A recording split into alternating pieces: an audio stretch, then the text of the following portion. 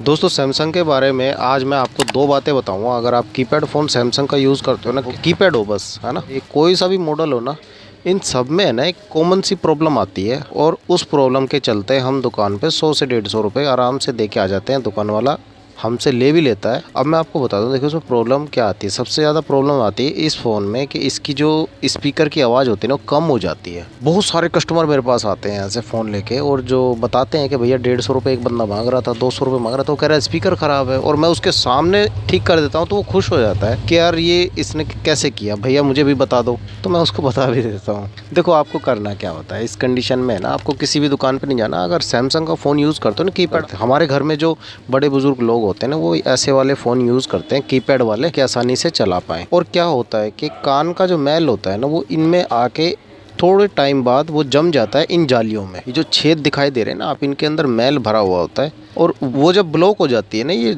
छेद ब्लॉक हो जाएंगे, यहीं से आवाज़ निकलनी है इसकी। तो सैमसंग के फ़ोन में अक्सर ये होता है कि इसमें स्पीकर अलग से दे रखा होता है और रिंगर अलग से दे रखा होता है ना। किसी किसी फ़ोन में दोनों चीज़ एक साथ भी दी होती हैं आगे, जैसे सैमसंग का T1200 जो होता है उसमें एक ही स्पीकर दे रखा है आगे की साइड में, वही रिंगर की आवाज़ भी निकालता है और वही आपकी कॉलिंग की आवाज़ भी निकालता है। इसमें कॉलिंग स्पीकर अलग दे रखा है और रिंगर स्पीकर इसमें अलग दे रखा है। ठीक, अब देखिए अगर बात करते वक्त आवाज़ कम आने लगे ना, तो आप सिंपल तरीके से सुई लेके इसको छेद कर सकते हैं।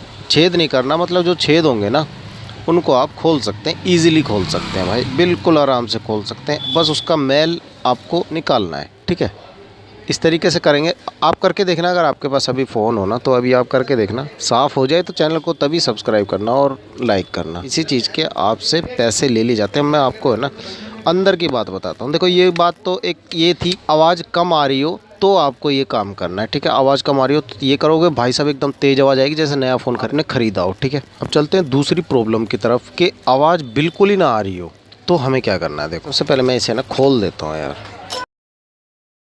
और इस सैमसंग के फ़ोन में भी आपको 3 पॉइंट ऐसे बताऊंगा जिनके कारण आप दुकान पे जाके लुट के आ जाते हो। 150-200 रुपये आराम से दिए आते हो, वो खुद से कर सकते हो फ्री में। और इन 3 पॉइंट को समझने के लिए आपको वीडियो को लास्ट तक देखना होगा। बहुत आसान है, एक बार सीख जाओगे सारी ज़िंदगी नहीं भूलोगे। अब देखिए फ़ोन मैंने खोल दिया।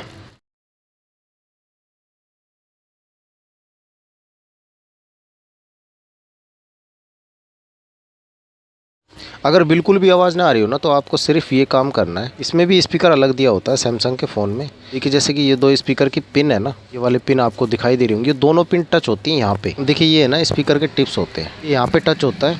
उसके बाद इसमें आवाज़ आनी शुरू हो जाती है रिंगर में, अगर प्रॉपर ये टच हो रहा हो तो।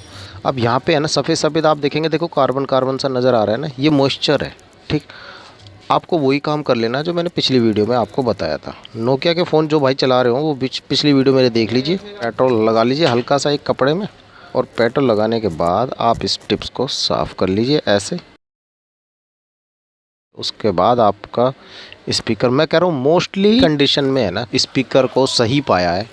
ये जो स्पीकर होता है ना, रिंगर जो होता है, ये एकदम सही होता है। बस सिर्फ टिप्स जो होते हैं ना, ये पिन से कनेक्ट नहीं हो पाते ठीक से, बीच में कार्बन आ जाता है मॉइस्चर आने के कारण। ज़्यादातर हमने जो आज तक मोबाइल रिपेयर किए होंगे ना, मैं सही बता रहा हूँ, यकीन मानना आप, 90% स्पीकर है ना ठीक होता है, ख़राब नहीं होता भाई। बहुत कम रेयर केस में कभी ख़राब होता है स्पीकर, वरना हमेशा ये ठीक ही निकला है। और इसमें क्या होता है, इसके टिप्स वगैरह साफ़ कर देते हैं। देखिए दुकानदार अगर आपको कह के ये चीज़ 50 रुपये भी मांग लेना आपने आपसे, तो कोई बात नहीं, आप दे दो। अगर वो कह देगा भैया स्पीकर इसका ठीक है, मैंने सिर्फ साफ़ किया है इसको, तो 50 रुपये उसके बनते भी हैं उसके काम के। तो ये तो हो गया रिंगर, ठीक है, जिसमें घंटी की आवाज़ आती है। अब बताता हूँ आपको स्पीकर जिसमें कॉलिंग की आवाज़ आती है। स्पीकर ये होता है इसका, है ना, यहाँ पे ये छेद थे ना, हमने छेद साफ़ किए थे अगर आवाज़ कम आ रही थी तो। और अगर आवाज़ बिल्कुल भी ना आ रही हो ना, तो इसकी भी जो पिन होती है ना, ये यहाँ पे टच होती हैं इन टिप्स पे, है ना।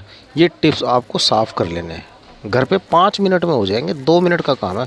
आपको कोई रॉकेट साइंस लगाने की ज़रूरत नहीं है। पेट्रोल लो, हल्का सा कपड़ा लो, मट्टी तेल मत लगाना भाई, नहीं बदबू आएगी फिर बात करते वक्त। ये देखो ऐसे आप इस तरीके से इसको बहुत हल्का इसमें लगाना है, पेट्रोल कोई वो नहीं, बस कार्बन आपका हट जाएगा। और ट्विज़र से डायरेक्ट मत लगाना, वरना ट्विज़र से अगर डायरेक्ट लगा दोगे तो भाई फिर दोबारा प्रॉब्लम आ भी सकती है। बहुत सारी दुकान वाले यही काम करते हैं, जानबूझ के ट्वीज़र मारेंगे। इसलिए आपसे रिक्वेस्ट करूँ कि कभी भी अपने फ़ोन में ऐसी कोई प्रॉब्लम ठीक करवाओ ना, आप आवाज़ कम की, आवाज़ से रिलेटेड कोई भी प्रॉब्लम ठीक करवाओ तो अपने सामने ही कराना। दोस्तों आज मुझे थोड़ा बुखार है, वीडियो बनानी आज ज़रूरी थी मुझे। बहुत सारे मोबाइल रिपेयर वाले यही काम करते हैं कि वो स्क्रैच कर देते हैं ट्वीज़र से।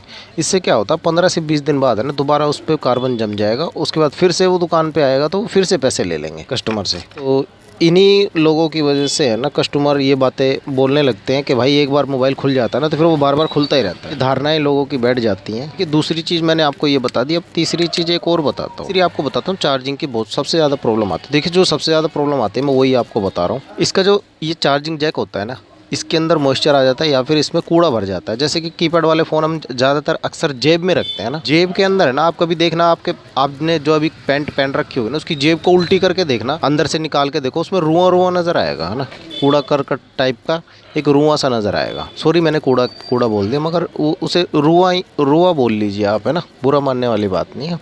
मैं रियल बात आपके साथ कर रहा हूँ इस वक्त कि वो रुआ जो होता है ना वो इसमें घुस जाता है और इसमें फिर घुस जाएगा। उसके बाद आप चार्जर लगा दोगे, हर बार चार्जर लगाते टाइम कोई बंदा देखता नहीं है चार्जिंग जैक को, वो बस चार्जर लगा देता है ना, और वो लगाने से फिर रुआ अंदर जाके टाइट फंस जाता है। फिर कई बार ऐसा होता है कि चार्जर पूरा नहीं जाता है अंदर, है ना, जैसे ये चार्जर आधा ही जाएगा, ये पूरा जाएगा ही नहीं, इतने पे अटका रहेगा। हालांकि इसको पूरा जाना चाहिए, यहाँ तक जाना चाहिए इसको, है ना, मगर ये पूरा जाएगा नहीं, यहीं पे अटक जाएगा।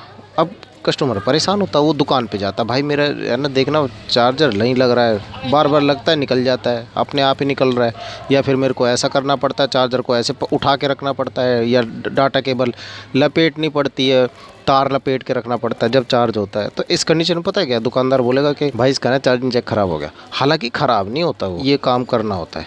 आप जब छोड़ के आ जाओगे ना दुकान पे तो दुकान वाला यही काम करेगा। देखो ये भी पुराना हो गया, इसमें भी देखो कुछ ना कुछ निकलेगा।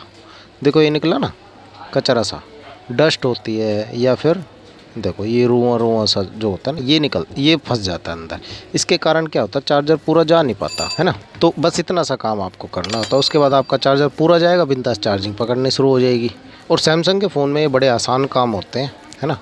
इसके लिए तो मैं आपको बोलना चाहूँगा कभी भी किसी दुकान पे जाने की ज़रूरत नहीं है। आप पैसा और अपना समय बर्बाद करोगे अगर ये चीज़ें नहीं सीखोगे तो, है ना। मैं मानता हूँ भाई अगर छोटा फ़ोन आपने ले रखा है ना तो उसको ठीक करने का आपको पूरी नॉलेज होनी चाहिए, वो तो आराम से हो भी जाते हैं भाई ठीक। देखिए दुकान पर जाओगे भाई आपके पैसे भी वेस्ट होंगे और आपका टाइम भी तो वेस्ट होगा ना। कई बार पता क्या दुकानदार क्या गुस्सा दिलवाता है, देखिए कस्टमर को, मैंने कई दुकान पे नहीं रियलाइज़ किया इस चीज़ को। 5 मिनट में भाई साहब करके रख देगा आपका फ़ोन साइड में, और आपको बोलेगा भैया अभी है ना एक डेढ़ घंटा बैठ जाओ। आपका 1-1.5 घंटे बेकार मत्था मारोगे दुकान के बाहर बैठ के, कभी कुछ कभी चाय पियोगे, कभी घूम के आओगे, आपके पैरों में दर्द हो जाएगा, खड़े खड़े पैरों में दर्द हो जाएगा, और वो बंदा क्या करेगा पैक करके इसको रख देगा और अपने दूसरे काम में लग जाएगा। ये दुकानदारों की बड़ी गलत आदत लगती है। भाई जब हो गया बंदे का ठीक तो उसे दो फ़ोन, मगर वो सोचते हैं कि अगर जल्दी से दे दो ना तो फिर वो तो कस्टमर पैसे नहीं देगा, ये सोच होती है दुकान वालों की। हालांकि टाइम के बारे में भी पहले ही आप कंफर्म कर लिया करो कि भाई अगर जल्दी हो जाए तो भाई जल्दी दे देना मेरा फ़ोन। तो दुकान वाला है ना आपको बेवकूफ़ बना के बाहर बिठा देगा कि भाई बैठ जाओ 1 घंटा, और 1 घंटा आप पता नहीं कुछ और करके कुछ कमा भी सकते थे, कुछ काम भी कर सकते थे। अपना काम धंधा छोड़ के आप बैठे रहोगे तो इससे अच्छा है भाई की वीडियो को सब्सक्राइब करो, लाइक करो और सीखो ये छोटी छोटी चीज़ें जो होती है ना भाई,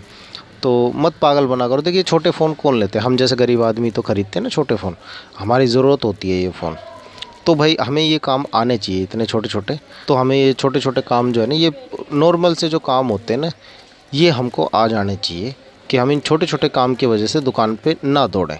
अब देखिए जो पढ़े लिखे होते हैं समझदार होते हैं वो तो चले भी जाते हैं, मगर जो एक मजदूर टाइप के लोग होते हैं ना दुकानों पे चले जाते हैं फ़ौरन छोटी छोटी चीज़ की प्रॉब्लम के, भैया देखिए मेरे फ़ोन में प्रॉब्लम आ रही है, वो आपको कुछ भी बता देता है दुकान वाला, 100-150 रुपये आपसे ले लेता है। चलिए ठीक है, आज के लिए इतना ही जानते हैं, इतनी जानकारी काफ़ी है। अगली वीडियो में मैं आपको और भी जानकारी दूँगा। मैं मिलता हूँ आपसे अगली वीडियो में। चैनल पर नए हैं तो सब्सक्राइब कीजिएगा, लाइक कीजिएगा। गुड बाय, जब तक अपना ख्याल रखिए और अपने मोबाइल फ़ोन का भी ख्याल रखिए।